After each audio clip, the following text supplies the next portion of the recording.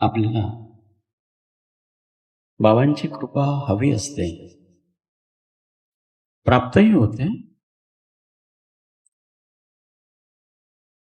बाबा हे आपल्या जीवनाचं एक अविभाज्य अंग आहे. सुदैवाने आपले बाबा सद्गुरू आहे. सद्गुरु तत्व आपल्या जीवनात असणं खूप गरजेचं आहे. पण आपण त्या ठिकाणी कसं पाहतो? आपण सगळेजण त्याला शरण जातो प्रेमाने, आणि भक्ती करतो. तुम्ही प्रेम करता देवावर. ज्या वेळेला तुम्ही देवाशी एकरूप होता तेव्हा तुमचं सर्वस्व त्याला समर्पित होतं. आणि हे सर्वस्व हे काही सेकंदापूर्वत, तुम्ही काही क्षणच देवाशी एकरूप होऊ शकता. कारण आपल्या जीवनाचा दृष्टिकोन निराळा. सकाळी पूजा केली, संध्याकाळी पूजा केली की आपलं काम संपलं, एवढंच आपल्याला वाटतं. काही नियम केले, वाचन केलं, काही जप केला,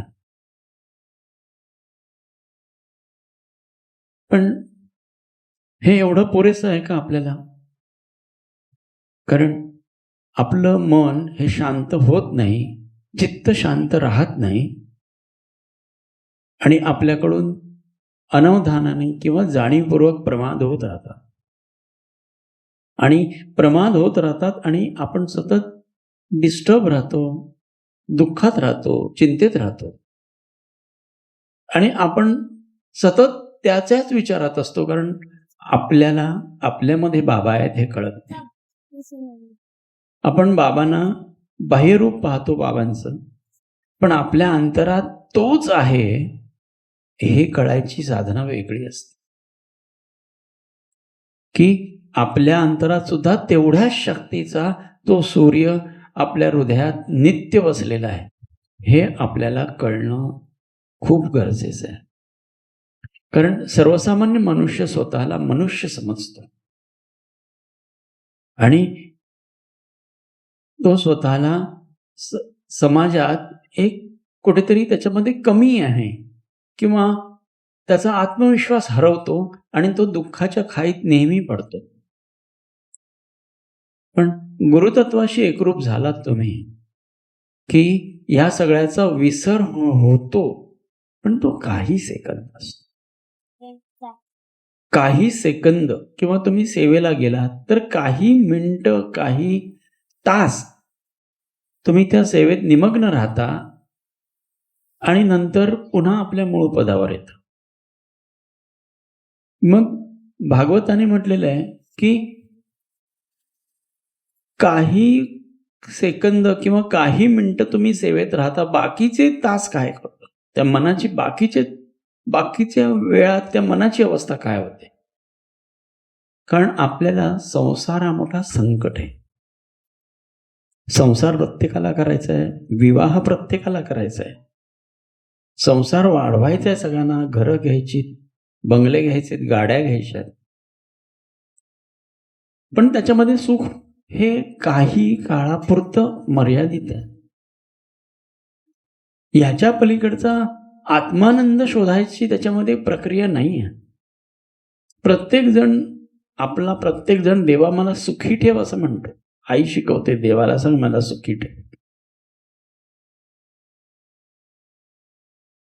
आणि फक्त सुखी राहण्यासाठी जर का साधना असेल तर ती फार अल्प प्रमाणातली साधना आहे, आणि असं सुख कधीच नसतं.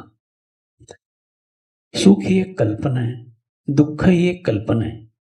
आपल्या मनासारखं झालं आपण सुखी होतो, आपल्या मनासारखं नाही झालं तर ते शल्य आयुष्यभर जपतो, आणि फार प्रेमाने जपतो आपण शल्य आपल्या मनाचं, आणि ते आयुष्यभर त्याला गोंजाळून ठेवतो. ही माणसाची मानसिक अवस्था आहे. अमुक एक दुःख मला आहे याचा अभिमान असतो, माणसाची मानसिक अवस्था. किंवा कशाचा त्याला अभिमान वाटेल माहीत नाही. कारण माणसा इतका लबाड आणि एवढा दिव्य सूर्या इतका तेजस्वी प्राणी जगात दुसरा नाही. जो माणूस सहज समाधीत जाऊ शकतो तो माणूस सहज नरकात जाऊ शकतो. कारण तुम्ही चुकीच्या गोष्टींना जागरूकता दिली, तुम्ही चुकीच्या चित्ताला चुकीच्या ठिकाणी प्रवाहित केलं की तुम्ही सहज खालच्या पातळीला जाता. आणि खालच्या पातळीला किती जाता याला लिमिट नाही. आणि तिथून पुन्हा वर येणं गुरुचरणाची साथ असल्यावरच शक्य होतं. पण तुमच्या जीवनात गुरु नाही आहे हे मी खरं सांगतो. तेवढ्यापुरतं बाबा करतात आणि घरी जाऊन निवांत असता. तुम्हाला तुमच्या जीवनात बाबांनी यावं असं वाटत असेल का नाही मला माहिती नाही. कारण तुमच्याकडून होणाऱ्या चुका थांबत नाही, तुमच्या मनाने करणाऱ्या चुका थांबत नाही, तुमच्या वर झालेल्या संस्कारांनी होणाऱ्या चुका थांबत नाही. आणि जेव्हा भागवतामध्ये उद्धवाने म्हटलं कृष्णाला की सर्वसामान्य माणसाने कसं जगायचं, सर्वसामान्य माणूस यातनं कसा बाहेर पडेल, तेव्हा कृष्णाने एक गोष्ट सांगितली एका ब्राह्मणाची. तो ब्राह्मण खूप श्रीमंत होता आणि तो सगळ्यांना म्हणजे कंजूसपणाचा करतो, कोणाला काहीही देऊ इच्छायचं नाही. प्रत्येक गोष्ट तो लपवून ठेवायचा. आपल्या कुटुंबालाही त्यांनी पोटभर जेवू दिलं नाही. प्रत्येक गोष्टीत तो अडवून ठेवायचा. कोणालाही पैसे पटकन द्यायचा नाही, कोणालाही ते रखडवून ठेवायचं तासन तास, दिवसेंदिवस. लगेच कोणाला पैसे स्वतःचे त्यांच्या मेहनतीचे असले तरी तो द्यायचा नाही, कारण त्याला देवायचं नाही. ही माणसाची वृत्ती आहे. कितीही किंवा माहेरी मुली आल्या त्याच्या तरी त्या काही पंचपक्वान्नाचं जेवण त्यांना तो नाही घालायचा, साधंच घालायचा. म्हणजे मुद्दा म्हणून की त्याचं म्हणणं असं असायचं की उगाच खर्च कशाला करायचा, आणि ते पैसे तो सगळे दडवून ठेवायचे. पुढे काळ बदलला आणि त्याच्यावर दरोडा पडला, तर त्याचं सगळं धन ते चोरून घेऊन गेले दरोडेखोर. दुसरं परचक्र आलं, सगळे सैन्य घरात शिरलं आणि घरात त्या सैन्याने सगळं लुटून नेलं.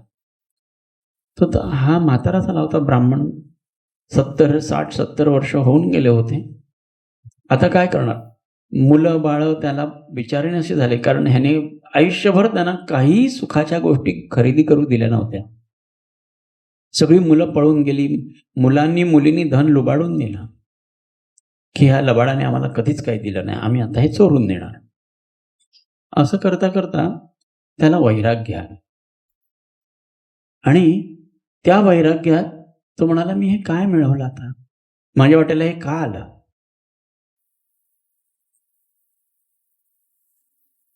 तर आता मी काय करू. मग त्याचं घर गेलं, त्याचं बायको निघून गेली मुलांबरोबर की हा काय आपल्याला खाऊ द्यायचं नाही किंवा जगू द्यायचं नाही, वस्त्र घेऊ द्यायचं नाही. ती म्हणाली की आता तू जा, तुला जमेल तसं. मग तो एक काठी घेतो, एक झोळी घेतो आणि घराबाहेर पडतो. आता मी काय करायचं, माझ्याकडे तर काहीच धन नाही. मग तो असाच भिक्षा मागत फिरायला लागला. कोणी भिक्षा दिली तर घ्यायची, नाही तर नाही घ्यायची. त्यांनी स्वतःला ठरवलं की आता आपल्याकडे एकच उपाय आहे, तो म्हणजे कृष्णाचे चरण धरणे. हा एकमेव उपाय माझ्याकडे उरलाय, बाकी काहीही उपाय उरलेला नाही. फक्त आराधना करणे हाच एक उपाय आहे, माझ्याकडे दुसरा काहीच उपाय नाही, कारण माझ्याकडे काहीच धन शिल्लक नाही राहिला. मग त्यांनी निश्चय केला, काही करून आपल्याला देव प्राप्त झाला पाहिजे. मग तो काय करतो, निरनिराळ्या गावी फिरत जातो. भिक्षा मागायची नाही, कोणी आणून दिली तर खायची, असं त्यांनी निश्चय केला. असं फिरता फिरता बरीच वर्ष तो असंच फिरत राहिला. तर एक दिवस तो ज्या गावात तो होता त्या गावात भिक्षा मागत आला. मग त्याला कोणी संत भेटले, त्यांनी त्याला दीक्षा दिली आणि तो त्या गावात आला. तर गावातल्या लोकांनी ओळखलं, म्हणलं हाच तो लबाड आणि अतिशय कंजूस म्हातारा आता आलाय बघा गावात. मग गावातली लोक त्याची टवाळी करायला लागले, काय रे कुठे गेले तुझं धन. मग कोणी त्याला त्रास द्यायला लागलं, कोणी त्याला पिडायला लागलं, कोणी त्याला दगड मारायला लागलं की हा आला परत, आता ह्याची काठी आहे, ह्याच्याकडे दंड कमंडलू, ह्याच्यामध्ये पण काही धन लपवलं असेल तर बघा, त्याचं सगळे वस्त्र हिरावून घ्यायला लागले, तरी तो काही बोलला नाही. म्हणजे कोणीही त्याने ठरवलं होतं, कोणी काहीही केलं तरी मला प्रतिक्रिया नाही करायची, कारण मला कृष्ण नाही भेटणार आणि कृष्ण भेटायचं आहे तर मला सहन केलं पाहिजे. ही प्रत्येकाला शिकवण आहे. तुम्हाला जर देव भेटायचा आहे तर कसल्याही प्रकारच्या माणसाला तुम्हाला सहन करायचं आहे. मग त्यांनी तुम्हाला कितीही त्रास दिलाय, तुम्हाला चिडायचं नाही. त्याने ठरवलं मला रागवायचं नाही. मग कोणी आले त्याला धक्का मारायला लागले, कोणी आले झोळी हिसकावून घेतली, कोणी आले कपडे काढून टाकायला लागले, त्याने काहीच प्रतिक्रिया केली. कोणी तो जेवायला बसल्यावर येऊन मुद्दामून माती टाकली, हा लबाड आता जेवायला बसलाय म्हणत. असं करता करता त्याची सहनशीलता इतकी वाढली की कोणीही काहीही केलं तरी त्याने ठरवलं आपण विष्णू सहस्त्रनाम सोडायचं. तो सतत विष्णू सहस्त्रनामाचा पाठ करत राहिला. मग हळूहळू त्याच्यामध्ये बदल व्हायला लागला की पण त्याची अवस्था एक त्या दिव्य शक्तीने, त्या दिव्य पाठाने जगाकडे बघण्याचा दृष्टिकोन त्याचा बदलला. मला त्याला असं वाटतं की जिकडे तिकडे मला कृष्ण दिसावा, जिकडे तिकडे मला विष्णूचा आभास व्हावा. मग त्याने कोणीही त्रास दिला तरी आपल्याला काहीच प्रतिक्रिया करायची नाही ह्याची शपथ व्हायली. म्हणजे जेव्हा आपल्याला कोणी त्रास देतात ना तेव्हा भाग्यवान समजा, कारण काय आहे ते तुम्हाला आतल्या कोशात घेऊन जायला मदत करतात. तुम्हाला कितीही त्रास असला ह्याचा अर्थ असा नाही तो सहन करा, तो सहन करा पण स्वतःची उन्नती करा. बरेचदा लोक म्हणतात एखादी गोष्ट सहन करणे ही सुद्धा गुन्हा आहे, पण तो साधनेत गुन्हा नाही, साधनेत तुमची उन्नती. पण जर कुटुंबाकडे दुर्लक्ष केलं आणि सहन केलं तर ते चुकीचं ठरू शकतं. जर तुम्ही कुटुंब प्रमुख आहात तर त्यांना करेक्ट करणं हे तुमचं काम आहे.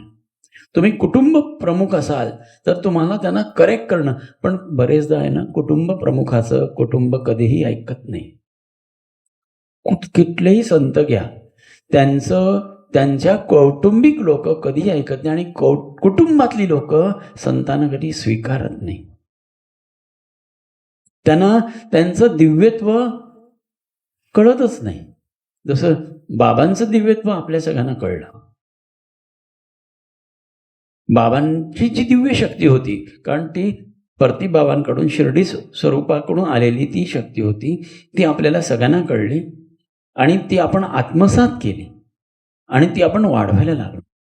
आणि जेव्हा बाबा आणि परतीबाबा एकरूप झाले, सत्यसाई बाबा एकरूप झाले, तेव्हा बाबांचं जीवनचरित्र बदललं आणि केवळ समाजासाठी कार्य करण्यासाठी तो देह उद्युक्त होतो आणि हे कुटुंब ॲक्सेप्ट नाही करू शकत. फॅमिलीत कुठलाही मेंबर तुम्हाला ॲक्सेप्ट नाही करू शकत. तुम्ही समाज कार्य करता तेव्हा तुम्हाला ते सहन करायला शिकायला लागतं की आपण कार्य करतोय ना, मग तुम्हाला सहन करायचं. म्हणजे सहनशीलता इतकी की त्या ब्राह्मणाच्या अंगावर कोणी येऊन थुंकलं तरी तो काहीही बोलायचं नाही. म्हणजे तुम्हाला कुठल्याही प्रकारचा त्रास कोणी दिला तर ही तुम्हाला दिलेली एक प्रकारची शिकवण आहे असं म्हणून त्याला सहन करा, पण तुमची साथ. आणि कुठेही रडायचं नाहीये तुम्हाला. माझ्या वाटेला असं का आलं असं कधीही रडायचं नाही की माझा कृष्ण आहे. कारण ज्या अमृतात्मक पायाचा आनंद तुम्ही घेतलाय त्याच्या इतकं सुख जगात दुसरं कुठलंच नाहीये. हे तुम्ही अनुभवलं आहे की नाही मला माहिती नाही. तुम्ही ते अनुभवणं गरजेचं आहे, नाहीतर तुमच्या जीवन फोल आहे, वाया आहे. तुम्ही कितीही सेवा करा, 100 टोपल्या टाका, पण त्या पायाच्या अमृताची आनंद घेताना यायला आणि तुमच्यामध्ये आमूलाग्र बदल नाही झाला, तुमच्या वृत्तीत, तुमच्या स्वार्थीपणात, तुमच्या ढोंगी साधनेत बदल झाला पाहिजे आणि सहज लीलेने तुम्हाला समधात वृत्तीत जाता आलं पाहिजे. हे जर तुम्ही नाही शिकलात तर खरंच तुमचं आयुष्य माती आहे. कारण सेवा हा सुद्धा अहंकाराचा एक भाग आहे. सेवक असतात, सेवा करतात, अहंकाराने डोलतात आणि म्हणतात आम्ही एवढी सेवा केली, आम्ही तेवढी सेवा केली, सगळ्यांना सांगतात अशी सेवा तशी सेवा. हा सेवा ही गुप्त आहे. सेवा ही गुप्त आहे आणि दिवसेंदिवस तुमचं शरीर जसं विकल होत जातं तशी सेवेची क्षमता पण कमी होते. जसं तरुण आहात तोपर्यंत सेवा शारीरिक देऊ शकता आणि जसे वृद्ध होता तशी सेवा ही आत्मिक सेवा, स्वतःला सांभाळण्याची सेवा करावी लागते. कारण देवाने जो देह दिलाय ना, हा देहामध्ये दिव्यत्व भरून दिलेला आहे. तुम्ही स्वतःला लांछना देता, स्वतःला वाईट म्हणून घेता, हे डायरेक्ट देवाला लागत असतं. मी असा आहे, मी तसा आहे, मी वाईट आहे, ह्या गोष्टी सुद्धा स्वतःला लांछन कुठलं द्यायचं नाही. कारण देवाने दिलेल्या देहाला आपण लांछन देतो. काही लोक स्वतःला शिक्षा करतात, काही लोक आत्महत्येला प्रवृत्त होतात. हा एक महामोठा गुन्हा आहे. ज्याला देव कळला नाही किंवा देवाचा अर्थ कळला नाही किंवा ज्याच्या जीवनात गुरु आला नाही, ज्याच्या जीवनात बाबा आले नाही, त्याला प्रेम कळत नाही. प्रेम कळणं गरजेचं आहे. आमच्याकडे खूप लोक येतात की आमच्या मुलींचे नवरे येतात किंवा सुना येतात आमच्या, त्यांना कधीच कळत नाही की हे बाबांची ओढ का जादूची आहे. ते आपले येतात, प्रेझेंट लावतात, इकडे तिकडे नाचतात आणि जातात, पण हृदयाचा जो गाभा आहे तो त्यांना कधीच कळत नाही. कारण ती कळण्याची मानसिक अवस्था त्यांची नाही आहे. किंवा काही लोक अहंकारात असतात की त्यांना वाटतं काय आपण ह्या गोष्टी काय करायच्या. पण गुरुतत्व हे हृदयात स्वीकार करणं खूप महत्वाचं आहे आणि त्याला संपूर्ण शरण जाणं, सद्गुरूला शरण जाणं आणि स्वतःचं सर्वस्व म्हणजे मी देह, आपली देहबुद्धी समर्पित झाल्याशिवाय अहंकार सुटत नाही. अहंकारात म्हणजे मीपणा इतका आपल्यामध्ये भरलेला आहे, माझं असं, माझं तसं, असा अहंकाराने आपण ओतप्रोत भरलेलो आहोत. जेव्हा गुरुतत्वाशी एकरूप व्हायचं, मग तो म्हणतो की मला सर्वस्व समर्पण केल्याशिवाय हा कृष्ण भेटणार नाही. मला सर्वस्व समर्पण करता आलं पाहिजे, माझं अस्तित्वच संपलं पाहिजे. मग तू नित्य साधना त्याची व्हायला लागली, साधना करावी लागत नाही. ते मन तशा प्रकारचं कोवळं झालं की त्या सद्गुरु प्रीतीमध्ये संपूर्ण ओथंबलं की सर्वस्व समर्पित होतं. तो माझं असं काही म्हणत नाही, मी असं म्हणतो असं काही म्हणत नाही, कुठलाही संकल्प करत नाही किंवा कुठलाही विकल्प धरत नाही. कुठलाही संकल्प करणे म्हणजे अहंकार, कुठला विकल्प धरणे म्हणजे शंका. मग काय करायचं असतं, मग त्याने काय केलं, कुठला जे मिळेल ते घ्यायचं, नाही मिळालं तर सोडून द्यायचं. जे सुख आलं ते तसंच घ्यायचं, त्याने फार हुरळून जायचं नाही. जे दुःख आलं त्याने फार दुःखी व्हायचं. कारण तुम्ही खूप दुःखी झालात तरी देव दूर जातो, खूप सुखी झालात तरी. कल्पना करा, एक विचार करा, तुम्हाला सुंदर तुम्ही गाडी आणलीत आणि गाडीत जाऊन बसलात आणि ती गाडी फिरवलीत, त्या क्षणी देव विसरता. तुम्हाला काही चांगला हुद्दा मिळाला, त्या क्षणी तुम्ही देव विसरता. कोणीतरी छान गिफ्ट दिलं, त्या क्षणी देव विसरला जातो. मग त्यांनी काय केलं, ज्या ज्या गोष्टीत देव विसरला जातो त्या गोष्टी टाकून द्यायच्या. कोणी भरपूर पंचपक्वान्याचं ताट दिलं तर नको, तू एखादी पोळी घ्यावी, खावं आणि निवांत राहावं. आपला देह जगण्यासाठी जगावं. कोणी भरपूर अन्नदान करतंय किंवा कोणी भरपूर वस्त्रदान करतंय, तर त्यातलं एखादं आपल्याला गरजेपुरतं घ्यावं, बाकीचं अशा पद्धतीनं त्याने स्वतःला बदलायला सुरुवात केली. ही प्रत्येकाला गरज आहे. कुठल्याही गोष्टीचं आवश्यक तेवढी गोष्ट घ्यावी, बाकीची तिथेच ठेवावी की त्याचा फायदा दुसऱ्याला व्हावा. आवश्यक तेवढीच गोष्ट तुम्हाला घ्या. म्हणजे आता साधीशी गोष्ट आहे, आपण पाणी वापरतो, ते पाणी आवश्यक तेवढंच घ्या, उगाच उपसून बसू नका. आणि त्यांनी आणखीन एक पण केला की ह्या शरीरावर मी गर्व धरणार नाही. मग काय करायचं, नुसतं गंगेत जायचं, बुडी मारायची, बाहेर यायचं. अंगाला फार चोळत बसायचं नाही किंवा अंगाला फार रंगरंगटी करत बसायची नाही, कारण त्याच्यामुळे देह मायेत पडतो. जोपर्यंत तुम्हाला देहाला रंगवावं असं वाटतंय तोपर्यंत तुमच्यामध्ये मायेचा संपूर्ण भाव आहे. जेव्हा तुम्हाला वाटेल जे आहे तसंच तुम्ही स्वीकाराल, तेव्हा तुम्ही देवाशी एकरूप होत. सगळेच जण देवाशी एकरूप होण्याचं त्यांचं भाग्य नसतं का, किंवा काही लोकांचं काही काळापुरतं असतं, नंतर ते बंद होतं. सत्संग हा एक उत्तम उपाय कृष्णाने सांगितलेला आहे भागवतात.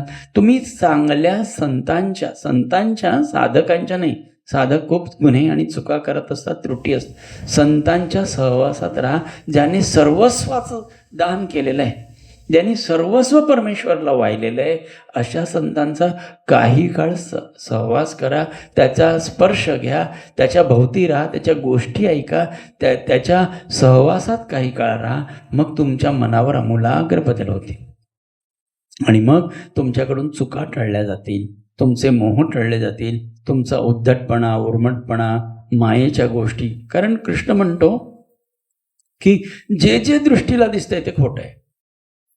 तुला जे जे दिसतंय ते सगळं खोटं आहे, पण हृदयाला जो जाणवतो देव तोच फक्त खरा आहे. जेवढं तुझ्या दृष्टिक्षेपात आहे, प्रॉपर्टी म्हणा, जग म्हणा, झाडं, तुमचं घर, तुमचं बंगला, हे आज तुमच्या ताब्यात आहे, उद्या कोणाच्या तरी दुसऱ्याच्या असेल. लक्षात ठेवा. त्याच्यामुळे त्या घरावर इतकं प्रेम करू नका की ते घर म्हणजे माझं सर्वस्व आहे असं नाही वाटावं. काही लोकांना वाटतं माझं घर म्हणजे सर्वस्व, तसं नाही वाटावं. ते घर तुम्हाला राहण्यासाठी मिळालेलं शेल्टर आहे. ते तुम्ही किती रंगवायचं आणि काय करायचं आहे तुम्ही ठरवायचं. त्यासाठी रक्ताचा पैसा त्या मातीत घालून किती ते घर रंगवायचं हे तुम्ही ठरवायचं. कारण आपण आयुष्यभराची मेहनत करून रक्त गाळून गाळून पैसा आणतो आणि ते मातीचं घर सजवतो. म्हणून मी बरेचदा म्हणतो की रक्त गाळून माती खरेदी. लोक रक्त गाळतात आणि नवं घर उभं करतात आणि शेवटी त्या घराचं चिंतन करत करत मरतात. कारण माझं काही लोकांना घर आयुष्यभर कधी मिळत नाही, मिळालं नाही ह्याची त्यांना खंत असते आणि मिळावं अशी आशा असते. ही जी आशा असते ना, ही तुमच्या साधनेचा फार मोठा खड्डा आहे. आशा आहे मला की मिळेल, मग ती आशा कधीच पूर्ण होत नाही. ती आशा मग कृष्ण म्हटला की तू आशाच धरू नकोस. कसे तुला मिळालं तर ते सुंदर समज, तुला मिळाली सेवा कर, नाही मिळाली नाम घे किंवा माझ्याशी एकरूप हो. आणि त्या देवाशी एकरूप कसं व्हायचं? खऱ्या अर्थाने गुरुवर प्रेम केलं असेल, खऱ्या अर्थाने त्याचे चरणकमल हृदयात धरले असतील तर तुम्हाला ते खऱ्या अर्थाने तुम्ही देवाला कधी नमस्कार केला असेल तर तो सेकंद तुम्हाला आठवला पाहिजे, तो क्षण तुम्हाला आठवला पाहिजे की त्या सेकंदाला जी मनोवृत्ती झाली ती टिकवता आली पाहिजे. आणि तीच तुमची खरी समाधी आहे आणि हीच समाधी नित्य असावी. बाकी काहीही साधना वेगळी नाहीये. तुम्ही कुठेही जा, सद्गुरूला सर्वस्वी समर्पित होण्याचे ते पण भाग्य लागतं. सद्गुरूला समर्पित व्हायला खूप भाग्य लागतं. सगळ्यांच्या नशिबीती येत नाही. ते वरवरचं बाबा बाबा करतात, घरी जाऊन विसरतात. आपल्याला वागायचं ते वागतात. त्यामुळे समजा विचार करा, तुमच्या प्रत्येकाच्या घरात बाबा येऊन बसले तर तुमची काय अवस्था होईल? तुमच्या घरात एक स्थान आहे, तिथे बाबा नित्य बसलेत आणि तुमची ॲटिट्यूड, तुमची वागण्याची पद्धत किती विचित्र आहे आणि किती विक्षिप्त आहे हे जर बाबांना कळलं, तुम्ही बाबांपुढे रंगरंगोटी करून, हसरा चेहरा करून, शांत मवाळ असं येऊन बसता आणि असे गोडपणे अस्वलासारखे ऐकत असता, पण लक्ष मात्र दुसरीकडे असतं. तसं न होता संपूर्णतः बाबांना शरण गेला की त्या क्षणी बाबा प्रकट व्हायला हवेत. म्हणजे जेव्हा तुम्ही सर्वस्वी देवाला समर्पित व्हाल तेव्हा तुमच्या मनाची अवस्था, धारणा बदलेल आणि आत्मानंदाच्या अवस्थेत जाल.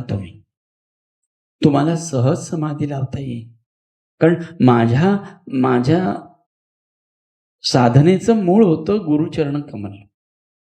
हे प्रत्येकाचं असतं, पण त्याच गुरुचरण कमळात जे अमृत मी प्राशन केलं ती माझ्या समाधीची एक पायरी आहे, माझ्या समाधीची एक मला लागलेली प्रॅक्टिस आहे. कारण तुम्हाला चांगल्या प्रॅक्टिसेस मनाला कराव्या. निक्षून ठरवायचं मी चुकीचे विचार करणार नाही, कारण विचार सारखे अटॅक करत असतात आपल्यावर. सारखे विरहित मन कधीच होत नाही. एकदा तरी सांगा, तुमचं विचार थांबलेत का? हे विचार थांबवणं हा एक मोठा प्रयास आहे. विचार थांबवायचे तर काय, तर गुरुचरणावर नितांत प्रेम केलं की विचार थांबतात. तुम्ही जर प्रेम नाही केलं, सगळे लोक साधना करतात, सगळ्या तीर्थाला जातात, पण शून्य किमतीचं आहे. 1000 जप केला, 1,00,000 जप केला, पण शून्य किमतीचं आहे, कारण त्याच्यामध्ये तो भाव नाहीये. 1000 सेवा केल्या, 100 गुणी वाहिल्या, पण तो भाव नाहीये. मग सर्वस्वचा त्याग झालेला नाहीये. तुम्हाला ह्या गोष्टी प्रत्येकाला शिकल्या पाहिजेत की आपल्याला सर्वस्व समर्पण, त्याला काहीच लागत नाही, त्याला वस्तू लागत नाही, त्याला फूल पान काम. समाधीत, आत्मसमाधीने काय लागतं? स्वतःच आत्मस्वरूपात उन्नत झालेलं लागतं, बाकी काही लागत नाही. आणि ह्याच्या प्रॅक्टिसेस मनाला शिकवाव्या लागतात, आणि मग ते मन शांत व्हायला लागतं. कुठलाही विचार करणार नाही, कुठलाही प्रसंग आला तर मनाला सांगता आला पाहिजे, तू शांत राहा, तू शांत राहा. आनंद आहे, शांत राहा. दुःख आहे, शांत राहा. यातना आहे, शांत राहा. कारण हे शरीर जे आहे ना, हे तुमच्या सुखदुःखाने तुम्ही त्याच्यावर आक्रमण केलेले आहात, आणि त्याचा त्रास तुमच्या शारीरिक तुम्हाला होतो. सतत धडपड राहणं, अशांत राहणं, मग हार्टचे प्रॉब्लेम होतात. अशांत मन, मग कुठेतरी काहीतरी वेगळ्या प्रकारच्या रोग निर्माण होतात. सतत संताप, मग रोगाला आपणच आपल्या शरीरातल्या रोगाला कारणीभूत झालेलो असतो. पण आपण म्हणतो दैवाने केलं. नाही, तुमच्या जीवनात येणारी प्रत्येक सुखदुःख ही तुमच्या कर्माचं फळ आहे. मग आपण जर गुरु नाही तर ह्या गोष्टी तुम्ही दैवाला देता, प्रारब्धाला देता, आणि म्हणता हे माझ्या बापरा. नाही, हे तुझं ते तू निर्माण केलेलं आहेस. तुम्ही निर्माण केलेली मुलं तुमच्या तावडीत राहतात का? कधीच नाही. तसं तुम्ही निर्माण केलेले रोग तुमच्या तावडीत राहत नाहीत, ते स्वतःचं निर्माण करतात. आणि तुमच्या इच्छेनं मुलं निर्माण होत नाही, देवाच्या इच्छेने मुलं निर्माण होतात, आणि ते त्यांच्या मार्गाने निघून जातात, आणि मग तुम्ही मागे रडत राहता. त्याच्यामुळे मुलांमध्येही सुख नाही, तेवढ्यापुरते त्यांना मोठं करून सोडून द्या. ते मोठे झाले की त्यांच्यामध्ये फार इन्व्हॉल्व्ह होऊ नका. त्यांचे चुकीचे हट्ट पुरवू नका. चुकीचे हट्ट पुरवले की ते तिकडे भोगतील. त्यांनी चुकीचे हट्ट केले की त्यांना मानसिक त्रास होईल, शारीरिक त्रास होईल, आणि ते पुरवायला तुम्ही बाप आहात म्हणून लाखो रुपये लुटवून त्यांचे चुकीचे हट्ट नका पुरवू.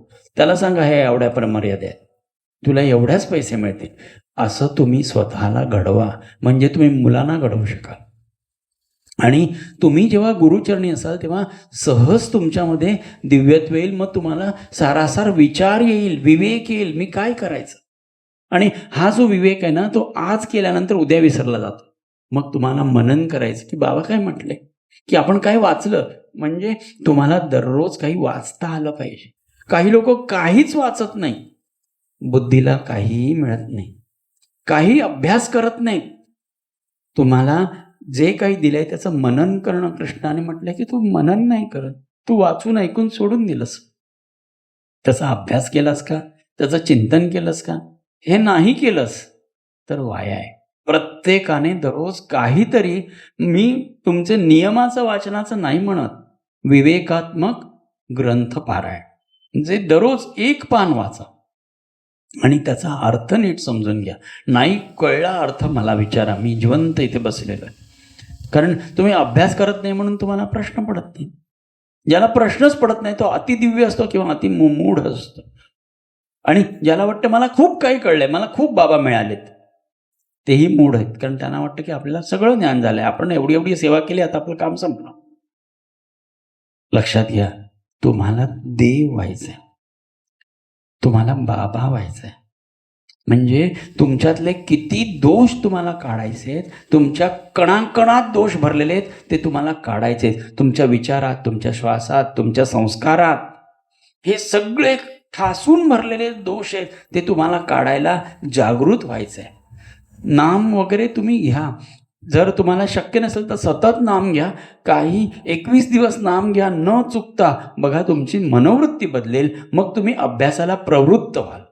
पुण्य आणि पाप ह्याचा मी विचार नाहीच मांडत, कारण पाप पुण्य तुमच्या वाटेला बरोबर घेऊनच तुम्ही जन्माला आलात. आता जे धन आहे ते तुमच्या पुण्याचं काम आहे, आणि आता ज्या शारीरिक यातना आहेत हे तुमच्या प्रारब्धाचा योग आहे किंवा तुमच्या पूर्व पापाचा योग आहे. पूर्व पाप मी गृहीत धरत नाही, ते काय आपण मोजमाप करू शकत नाही. तर ह्या पुढे तुम्हाला समजा तुम्हाला वाटतं की आपल्याकडे काही चुका झाल्यात, काही प्रमाद झाल्यात, तर आपल्याला एकच मार्ग आहे, सहज समाधी. ही जी सहज समाधी लावलीत ना, पाप पुण्य साधना हे सगळं तिथे संपलेलं असतं. जेव्हा तुम्ही प्रेमाने सद्गुरूशी एकरूप होता, सद्गुरू म्हणजे बाबा म्हणजे तेवढ्यापुरतं शरीर नाही, एक दिव्य शक्ती तू तुमच्या सहवासातली. तुम्हाला वाटेल सद्गुरू म्हणजे माझे बाबा, अमुक स्वामी तमुक महाराज, हे वेगवेगळं नसतं, हे एकच असतं. ती शक्ती तुम्हाला प्रेमाने तुमच्या त्याच्यामध्ये ओढते आणि तुम्ही त्याशी एकरूप होता आणि तुमच्याकडून कार्य होता. आणि हे कार्य एकदा का मन त्या अवस्थेत गेलं की तुम्ही कुठेही सेवेला उद्युक्त होता, सेवा करायला तयार होता. आणि सतत शांत राहायची प्रॅक्टिस करा. शांत राहा, शांत शांत. जोपर्यंत शांत झोप लागत नाही, विचार थांबत नाही. का लोक कुठे कुठे कॅम्पला जातात, कुठे कुठे संन्यास का घेतात की सर्वस्व संपलं मग शांत होतो माणूस. संन्यास ही दीक्षा काय आहे की मला सर्वस्व देऊन टाकायचंय, मला स्वतःचं काहीच नाही ठेवायचं, नाव सुद्धा नाही ठेवायचं, की माणूस शांत होतो. म्हणून आपल्या धर्माने तो संन्यास आश्रम ठेवलेला की आता तू सर्वस्व, तुझी 60 झाली 70 आली, तू आता कशाला धडपडतोस, तुझ्याकडनं सेवा आली तर ती सेवा कर. त्याचा मोजबाप ठेवू नकोस, किती सेवा केलीस त्याचं आलेख ठेवू नकोस, सेवा कर, मोकळा हो. मग तुम्हाला अशा प्रकारे स्वतःला घडवायची शपथ व्हा 23 नोव्हेंबरच्या दिवशी, की मी आजपासून स्वतःला सुळावर धरून ठेवीन आणि मला स्वतःला घडवीन. आणि आतापर्यंत माझ्याकडून ज्या चुका झाल्यात, प्रमाद झाल्यात, ते मी रिकव्हर करीन. आणि ते होत नाही तोपर्यंत तुम्ही समाधीत जाणार नाही. समाधी नुसतं शब्दाने बोलायचं नाही. कोणीतरी मला म्हटलं आम्हाला सहज समाधी, अरे मायेतच एवढं मन गुंतलंय, समाधी काय कर, समाधी काय लागणार, सर्वस्वाचा त्याग कर. हा आश्रम का बांधलाय, सर्वस्वाचा त्याग करा आणि इथे येऊन दिव्य शक्ती ग्रहण करा. बाबांनी इथे सगळी शक्ती सोडलेली. मला म्हटले होते मी इकडे सगळी शक्ती सोडतो, जो साधनेला येईल त्याला मी पूर्ण ताकदीने सहाय्य करीन. पण लोकांच्या डोक्यात ते येत नाही, लोकांना ते कळत नाही. आश्रमाचं महत्त्व त्यांना कळत नाही, त्यांना कळावं एवढी माझी प्रामाणिक इच्छा. काही सांसारिक अडचणी असतात, काही जबाबदाऱ्या असतात, मला मान्य आहे. पण कधीतरी एकदा सेवेला कुठे कुठे ही देवस्थानं ती देवस्थानं पालथी घालायच्या पेक्षा बाबांच्याकडे येऊन बाबांना आंघोळ घाला एक दिवस सुंदरशी. बघा सगळी पापं धुतली जातात, सगळे मनाचे मळ निघून जातो आणि निवांत होतो. अशा प्रॅक्टिसेस करा. कुठे कुठे जाऊन स्वतःला तुम्हाला जिकडे मान आहे ना तिकडे अजिबात जाऊ नका, कारण तो खोटा मान आहे, तो भ्रमिष्ठ मान आहे. तुम्हाला वाटतं मला एवढा मान मिळाला, तेवढा मान मिळाला, मला ह्या सगळ्या भ्रमिष्ठ लोकांच्या गोष्टी आहेत त्या तुम्ही करू नका, कारण त्याच्यामुळे अधिक तुम्ही डिस्टर्ब व्हाल आणि त्याच्यातच मन गुंतलं. मन इतकं लबाड आहे ना, एखादी गोष्ट त्याला आवडली की तिथे गुंत. मग जेव्हा तुम्ही सर्वस्वाचा त्याग कराल तेव्हा ते तिथे गुंतेल आणि मग त्या गोष्टी तो स्वीकारायला तयार होईल. मग त्याला काहीच आवडणार नाही, म्हणजे कोणाशीही बोलायला त्याला आवडणार नाही, कोणाशी इंटरॅक्ट करायला त्याला आवडणार नाही, कोणाशी गप्पा मारायला आवडणार नाही, कोणाशी सहवास करायला आवडणार नाही. मग ते एकटं राहायला शिकेल. त्याला एकटं शिकवा, कारण तुम्ही मरताना एकटेच असाल. कोणी 2-4 माणसं एकत्र मरायचा विचार करून नाही मरत. एकच माणूस मरतो, नंतर दुसऱ्याचे हाल होतात. तर तुम्ही प्रवृत्त व्हा साधनेला, म्हणजे तुमच्याकडून आपोआप तुमच्या जीवनात होणाऱ्या चुका तुम्ही विचार करा. तुम्ही स्वतः किती अहंकाराचा डोंगर आहात, ते तुमच्या अहंकाराने तुम्ही किती गुन्हे केले आहात आयुष्यात, किती गुन्हे केलात त्याला लिमिट नाही. तुमचा मीपणा दाखवायला तुम्ही किती लोकांना त्रास दिलाय, किती लोकांचं जीवन तुमच्या एका अहंकारामुळे उद्ध्वस्त पण झालेली आहे. तर त्याची जाणीव ठेवा. तुमच्या एका कटू शब्दाने एखाद्याचं हृदय, कृष्ण म्हटला, कोणालाही दुःख होईल असं वाग. जर तुम्ही बोललात कटुवचन तर ते मला त्रास होतो. मग कृष्णाला दुःख होईल असं काहीही शब्द बोलू नका. म्हणजे स्वतःला तुम्हाला किती घडवायचंय हे ठरवा. तलवारीच्या धारेवर उभं राहायचंय तरच तुम्हाला ते शक्य आहे. म्हणून शांत राहा. उगाच बडबड करू नका. तोंडाच्या जिभेला चिमटा घेऊन ठेवा की मला नाही बोल. पण ह्या वाईट सवयी जाता जात नाहीत माणसाच्या. ते बडबडच करत राहतो माणूस. एकदा राग आला, संताप आला की बाबा ते कठीण काम असतं त्यांचं. मग ते कसे वागतील, काय वागतील, काय आदळापट करतील आणि कशा पद्धतीने आपला अहंकार त्या रागातनं व्यक्त करतील ते माहीत नाही. तुम्ही ह्या सगळ्या गोष्टीपासून दूर होऊन केवळ सद्गुरूला शरण या. बाकी जीवनात काही ठेवू नका. बघा सगळी सुख तुम्हाला प्राप्त होत.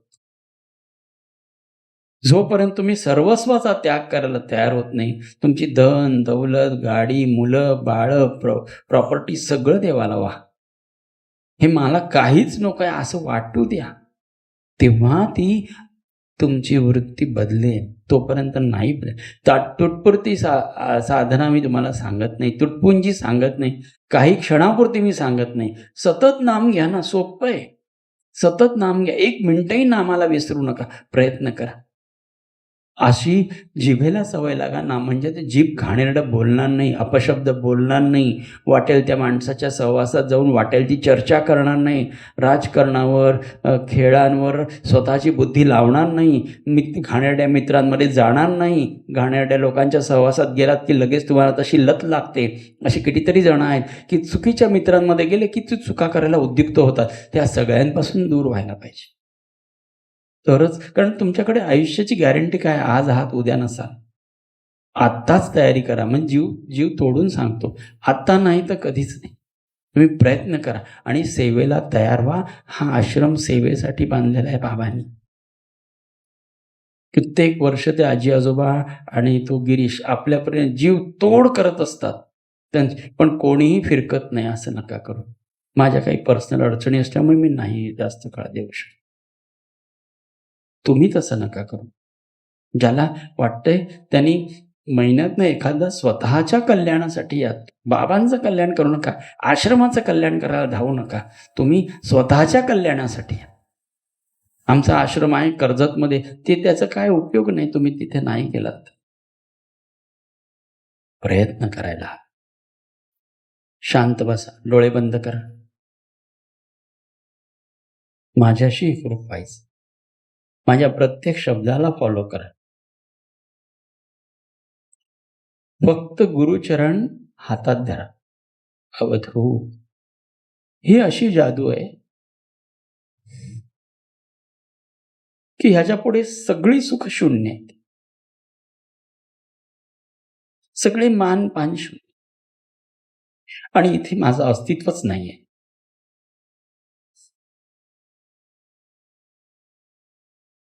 जेव्हा माझं अस्तित्व संपतं, माझा मीपणा संपतो, तेव्हा मी एक प्राणज्योत म्हणून शिल्लक राहतो. मग माझं नाव, गाव, अस्तित्व सगळं संपलेलं आहे आणि मी केवळ मीच उरतो. आणि सद्गुरूच्या चरणात मी कधी मिसळून जाऊन ते चरणकमलाची अवस्था मला प्राप्त होते.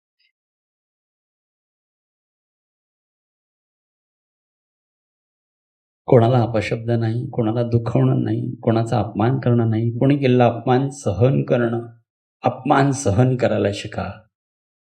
बघा, उन्नत झाल्यासारखं वाटतं. कधीही प्रतिउत्तर करू नका, कधी प्रतिक्रिया करू नका. कोणी कसंही वागू दे. नातेवाईकांच्या वाटेला जाऊ नका. त्यांच्या इतकी घाणेरडी माणसं तुमच्या आयुष्यात कधीही येऊ नये.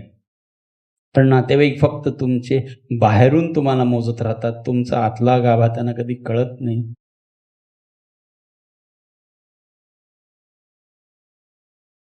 टिकून राहा.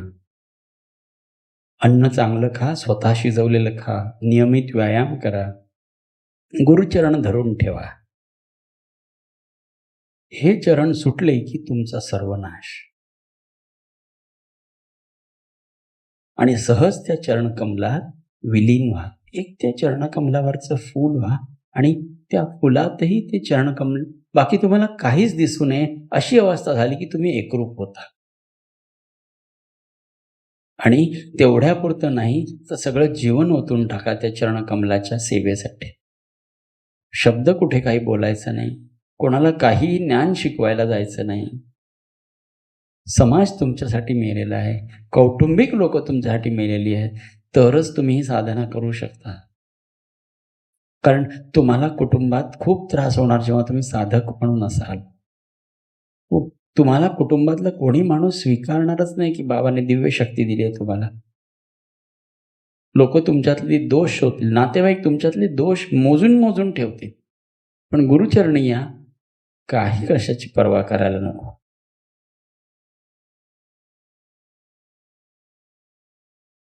नित्यमुक्त आहात. आनंदमय अवस्थेत आहात. सगळं विश्व पालटतं. पाप पुण्य सगळं संपतं. केवळ गुरुतत्वाचं अस्तित्व शिल्लक राहतं. तुम्ही सद्गुरुमय होता. सद्गुरू दिव्य शक्तीने तुमच्यात प्रवेश करतो आणि तुम्ही सहज दिव्यत्वात जाता. असे किती काळ जातो त्याला माहीत नाही. त्याला सहज समाधी म्हणतात.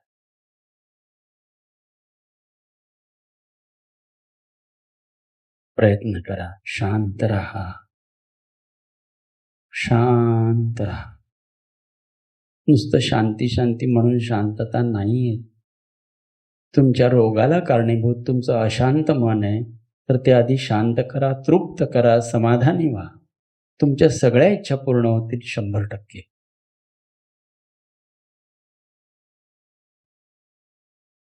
कोणाशी भांडू नका, कोणावर कुरघोडी करू नका, कोणाला दोष देऊ नका, कोणाला लागेल असं बोलू नका. भुकेल्याला अन्न द्या. तुमच्याकडे ₹1 आहे, तर आता 1 पैशाचं अन्न दुसऱ्याला द्या. 10 पैशाचं अन्न दुसऱ्याला द्या.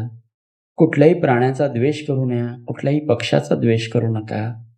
कुठलेही चुकीचे नियम लावून घेऊ नका. हे असं केल्याने असं होतं, असं काही होत नाही. गुरुचरणावर असे काहीच नियम नाही.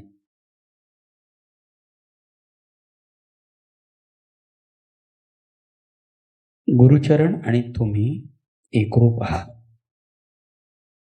ह्यापुढे जीवनात काहीही सत्य नाही आणि हेच ह्या नरदेहाचं साध्य आहे. जर नरदेहात आलात तर हे गुरुचरण कधीही सुटू नये अशी प्रार्थना करा आणि त्याच्याशी करा.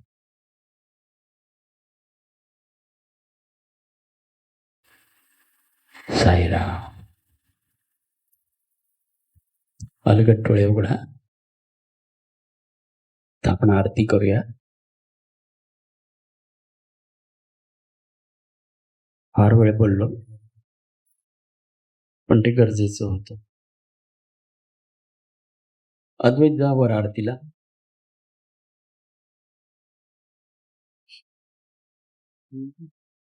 ओके.